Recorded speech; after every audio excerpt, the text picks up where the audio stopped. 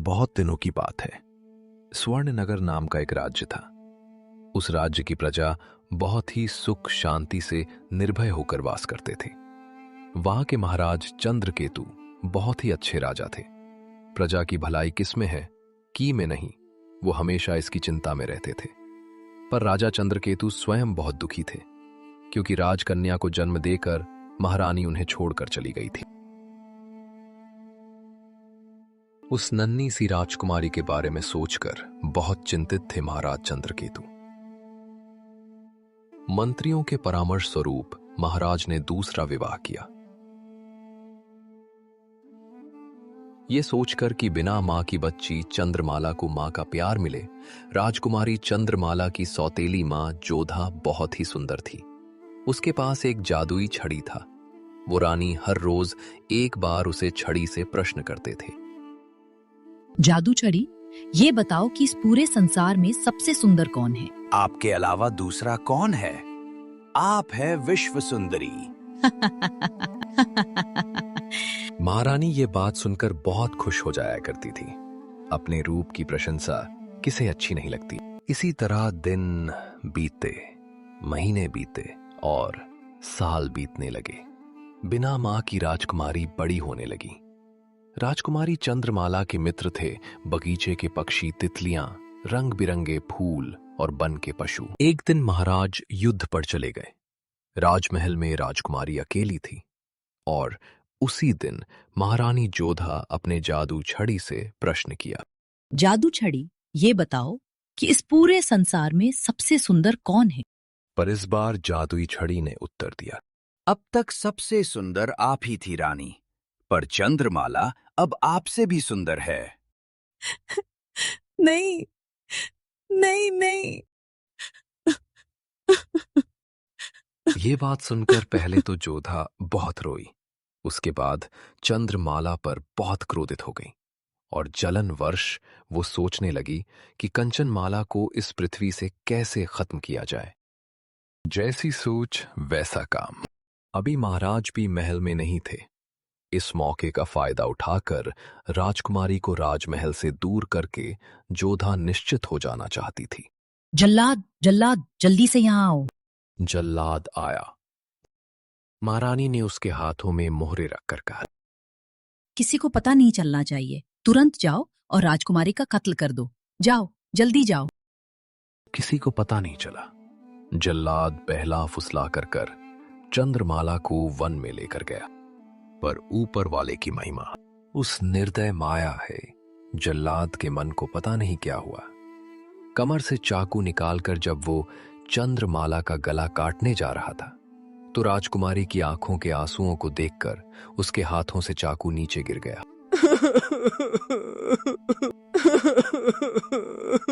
वो जोर जोर से रोने लगा। उसे घने जंगल में उसे अकेला छोड़कर चला गया। जाने से पहले जल्लाद ने उसे सौतेली मां के बारे में सारे कुछ बता दिया।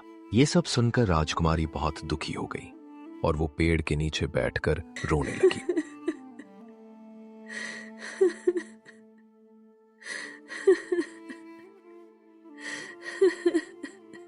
बहुत देर तक रोकर राजकुमारी थक गई। सुबह से वो कुछ नहीं खाई थी, पर फिर भी उसने हिम्मत नहीं हारी और आगे बढ़ती चली गई। दूर तक चलने के बाद उसे एक झोपड़ी दिखे। राजकुमारी धीरे धीरे आगे बढ़कर उस झोपड़ी के अंदर गई, पर वहां कोई नहीं था। मगर राजकुमारी को महसूस हो रहा था वहां लोग रहते हैं। वो भी 7 लोग, क्योंकि वहां 7 आसन बिछाए हुए थे। 7 आसनों के सामने 7 थाली, कटोरी और गिलास भी रखे हुए थे। राजकुमारी ने घर में जो भी अनाज था उससे वो खाना पकाए। पूरे घर को झाड़ू मार के पूरा चमका दी और फिर वो वही चटाई बिछाकर सो गई। थकान के कारण उसे थोड़ी देर में नींद आ गई और वो सो गए।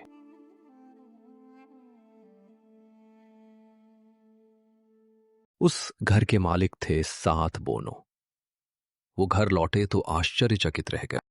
उनका पूरा घर साफ सुथरा होकर चमचमा रहा था।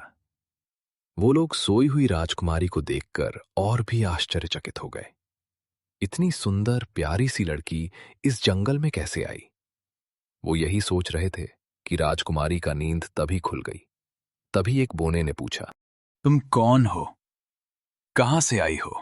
राजकुमारी चंद्रमाला ने अपने दुख भरी कहानी उन बोन को सुनाई। उसकी कहानी सुनकर बोनों की आंखों में आंसू आ गए। उस दिन के बाद राजकुमारी उन 7 बोनों के साथ रहने लगी। चंद्रमाला उनकी छोटी बहन बन गई। वो घर का काम करती, खाना बनाती और 7 भाइयों का सम्मान करती थी। रोज सुबह काम पर जाने से पहले बूढ़ा बोना कंचनमाला से कहता, सुनो बहन, तुम्हारी सौतेली माँ की बातें हम भुला नहीं पाते हैं।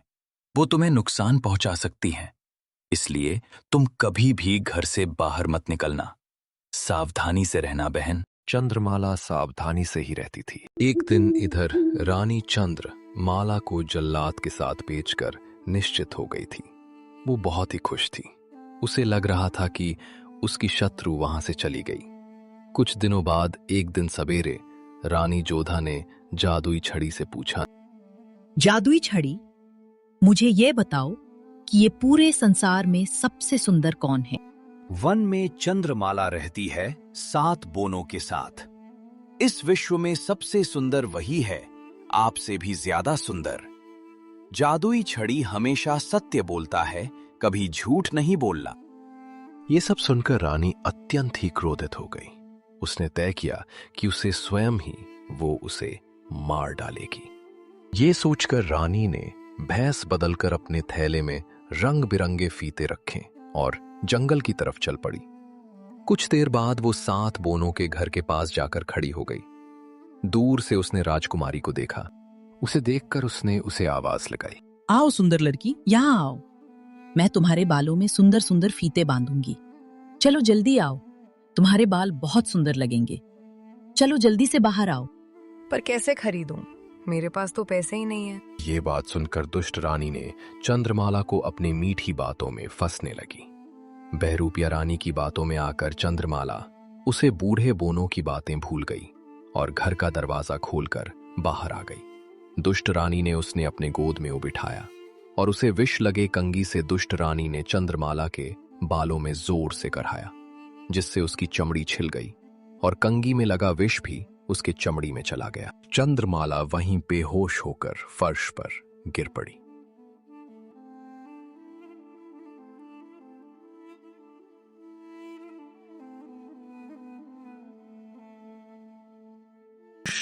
रानी ने तुरंत महल लौटकर जादुई छड़ी से पूछा, अब बताओ, जादुई छड़ी इस संसार में सबसे सुंदर कौन है?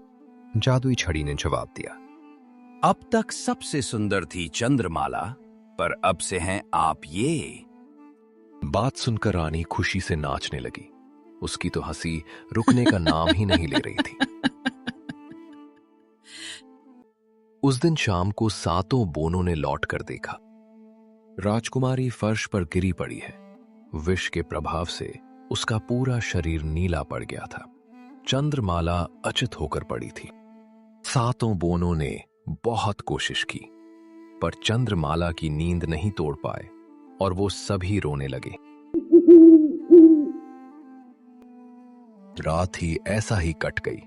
सुबह होते ही वो सब 7 बोनों ने फूल पत्तों का एक बिस्तर तैयार किया।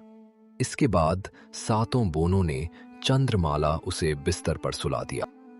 उसके बाद बूढ़े बोनों ने एक लोटे में पानी लेकर उसे उसके पूरे शरीर पर छिड़क दिया और रोते हुए बोला, हमारी बहन सो रही है और हमारा काम है रोज पहरा देना। एक एक करके पहरा देंगे जब तक इसकी नींद नहीं टूट जाती। इसी तरह दिन बीतने लगे। 1 दिन बीता, 2 दिन बीता और चंद्रमाला का नींद टूट ही नहीं। इस तरह 6 दिन बीत गए।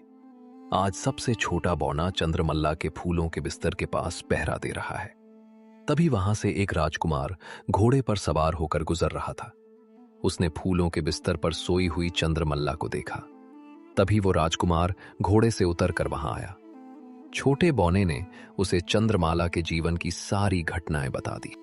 राजकुमार ने सब कुछ सुनकर चंद्रमाला के सुंदर चेहरे को ऊपर उठाया तो उसकी आंखों से अश्रुधारा बहने लगी। उसके आंसू जैसे ही चंद्रमल्ला के सिर पर गिरे, चंद्रमल्ला की बंद आंखें खुल गईं। अपने लाल होठों पर सुंदर सी हंसी किए हुए उठकर बैठ गई। छोटा बोना सबको बुला लाया। सब बहुत खुश हुए। तभी राजकुमार ने कहा,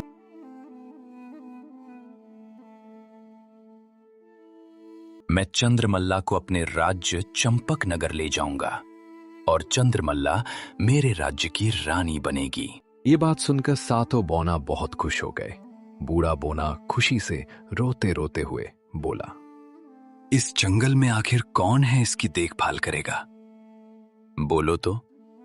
यही अच्छा है, 2 टाइम हमारी बहन अपने परिवार में खुश रहेगी। उसके बाद सातों बौनों से विदा लेकर चंद्रमल्ला राजकुमार के साथ घोड़े पर बैठकर चंपक नगर की तरफ रवाना हो गई। जाने से पहले चंद्रमल्ला ने अपने सातों भाइयों से कहा कि यही उसका अपना घर है, इसलिए वो कभी कभी राजकुमार के साथ वहां आती रहेगी।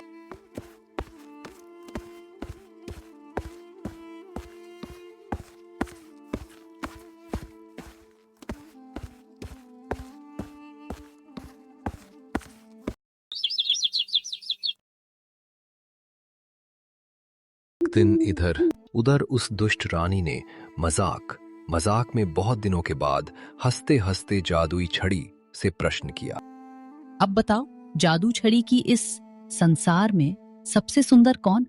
जादुई छड़ी ने उत्तर दिया, सबसे सुंदर महारानी चंद्रमाल है।